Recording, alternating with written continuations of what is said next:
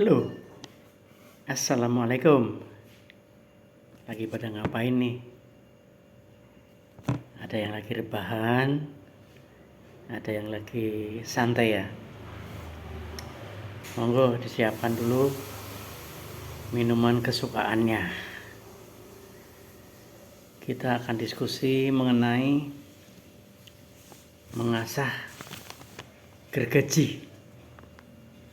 Ini kebiasaan yang ketujuh dalam 7 Habit. Kalau saya istilahkan mengasah senjata gitu.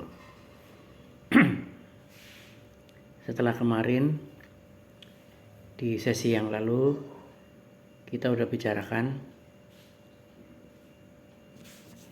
6 kebiasaan. Proaktif 1, begin with the end in mind 2, first thing first 3. Lalu kita akan berubah menjadi orang yang semula ketergantungan menjadi orang yang mandiri. Betul, jadi sudah menjadi orang yang independen. Nah, setelah independen kita udah siap menghadapi public victory. Kalau tadi kan kita masih private victory, jadi kita menang secara pribadi, menang dengan diri sendiri. Kita lalu melangkah keluar, kita ketemu orang-orang untuk memperoleh kemenangan publik, kemenangan di masyarakat. Dengan cara apa? 4, itu think win-win, berpikir menang-menang, bareng-bareng menang. Yang kelima adalah dengan cara berpikir mulai mengerti dulu orang lain. Tapi syaratnya kita udah mandiri ya.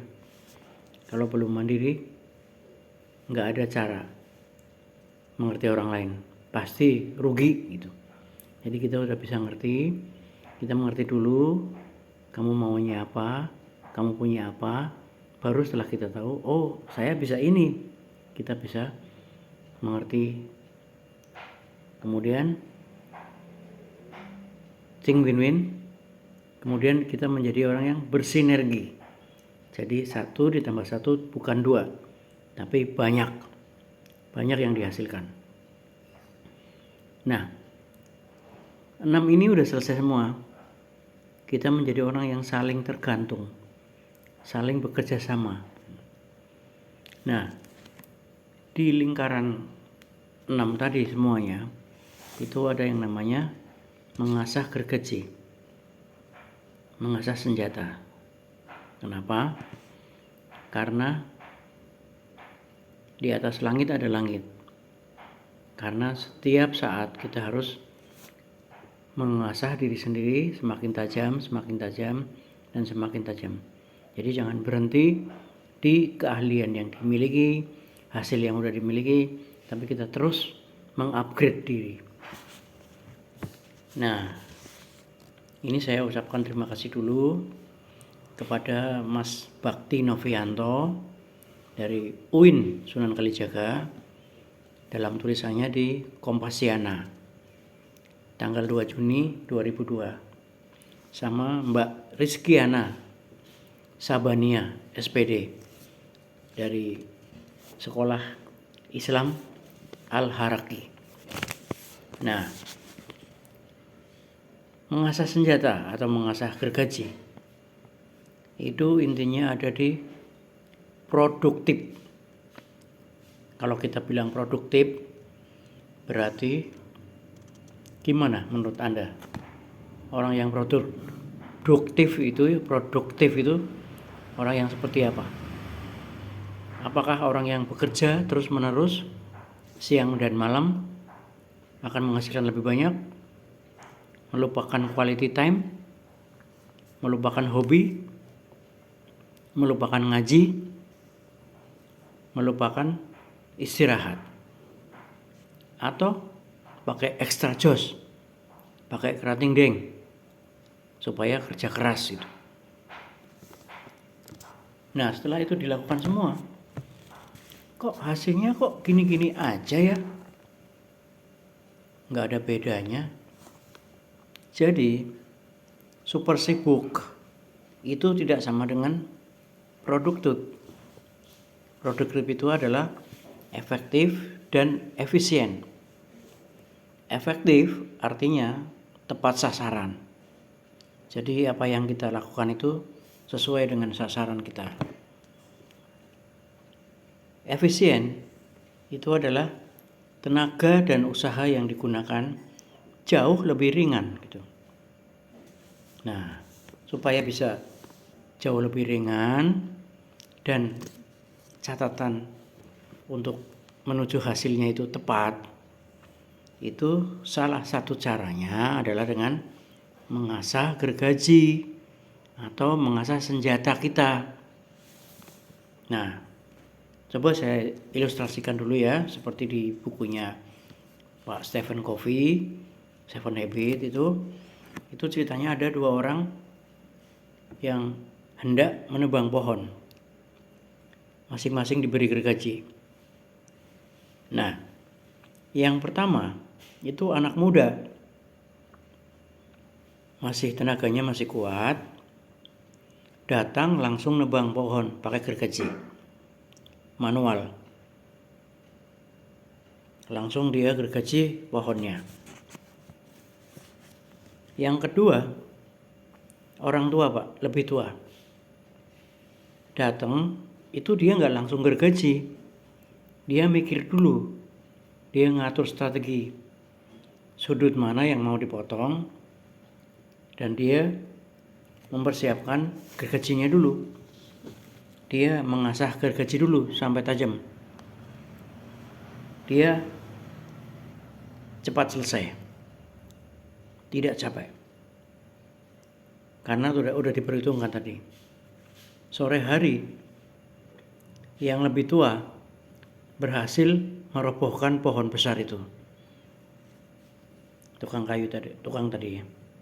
Dan yang muda terkejut melihat si tua itu sudah selesai. Padahal datangnya itu lebih dulu saya, kata si anak muda itu. Lalu anak muda itu tanya sama yang tua. Dijawab sama si yang tua. Kan aku mempersiapkan dulu. Gergajinya saya tajamkan dulu. Saya ada waktu istirahat juga. Jadi saya tidak full kerja. Kalau capek berhenti dulu, baru mulai lagi. Sudutnya juga saya tentukan, Mas. Jadi saya udah mikir. Nah, itulah cerita tentang 2 orang yang menebang pohon. Nah, pohon itu adalah tugas-tugas kita, pekerjaan kita. Dan gergaji itu adalah diri kita. Ada 4 aspek yang harus dipertajam setiap saat. Yang pertama adalah fisik, Mas. Fisik, yang kedua adalah spiritual. Yang ketiga adalah mental ya. Yang keempat sosial. Jadi 4 aspek senjata kita yang harus kita persiapkan, yang harus kita pertajam setiap hari, setiap saat. Itu adalah fisik, spiritual, mental, dan sosial. Fisik gimana Pak? Fisik itu pola tidur dijaga, pola istirahat dijaga. Orang yang tidak tidur pasti paginya ngantuk. Kalau ngantuk ditahan, jadinya pusing Pak. Pekerjaan jadi nggak konsen. Gitu. Jadi udah terbukti pasti orang wajib tidur, istirahat. Yang kedua, makanan Pak. Adanya penyakit itu rata-rata karena pola makan yang tidak teratur. Habis makan minyak lagi. habis makan gaji lagi. Harus diatur Pak. Sayuran, daging, telur, dan tempe. Jadi harus dijaga ini. Termasuk waktu makannya Pak. Kalau makan sebelum tidur, itu nanti menjadi asam urat. Yang ketiga, fisik ini itu wajib olahraga. Wajib Pak. Saya kalau olahraga pagi jalan-jalan, itu jarang ketemu orang, kecuali orang-orang tua yang sadar diri akan kesehatan tubuh. Kalau sepedaan juga sama. Jadi ini fisik wajib dijaga. Waktu itu si Fulan itu umurnya 40-an. Harus bersaing dengan teman-teman yang satu level, itu usianya 30-an. Jadi Pak Fulan itu mendisiplinkan diri untuk rajin olahraga. Supaya apa? Fisiknya bisa seimbang dengan teman-temannya yang usia 30-an. Itu salah satu contohnya. Yang kedua, spiritual. Spiritual itu adalah agama. Nah, kalau begini, ngasahnya begini. Kalau jenengan misalnya Al-Fatihah sudah hafal nih, besok Anda coba baca terjemahannya satu-satu setiap ayatnya. Itu namanya mempertajam spiritual. Kalau sudah tahu artinya, naik lagi nanti. Tafsirnya apa? Kalau udah tahu tafsirnya, praktekin dalam kehidupan. Seperti apa? Itu contoh Al-Fatihah Pak. Belum lagi Bismillah. Belum lagi A'udzubillah. Belum lagi sholat nanti. Jadi agama itu harus terus-menerus ditingkatkan ketajamannya. Di samping agama, nggak kalah pentingnya, ada yang namanya juga prinsip hidup. Ini juga mendampingi agama. Misalnya, Anda punya prinsip, pokoknya kalau saya kerja itu untuk ibadah, nggak masalah. Saya kalau kerja itu cari uang, nggak masalah juga. Tapi itu Anda camkan, Anda jadikan kekuatan spiritual Anda. Jadi Anda tidak goyah menghadapi kesulitan-kesulitan di kantor. Anda tidak cepat stres. Refleksi diri, sering-sering, sendirian, itu penting. Meditasi, merenungkan nasib. Tapi jangan nangis ya, merenungkan nasib. Merenungkan posisi kita, peran kita seperti apa. Yang ketiga adalah mental. Nah, Pak, kok sudah ada spiritual, kok ada mental? Nah, ini beda Pak. Jadi mental itu misalnya baca buku self development. Kalau nggak baca buku ya nonton video self development.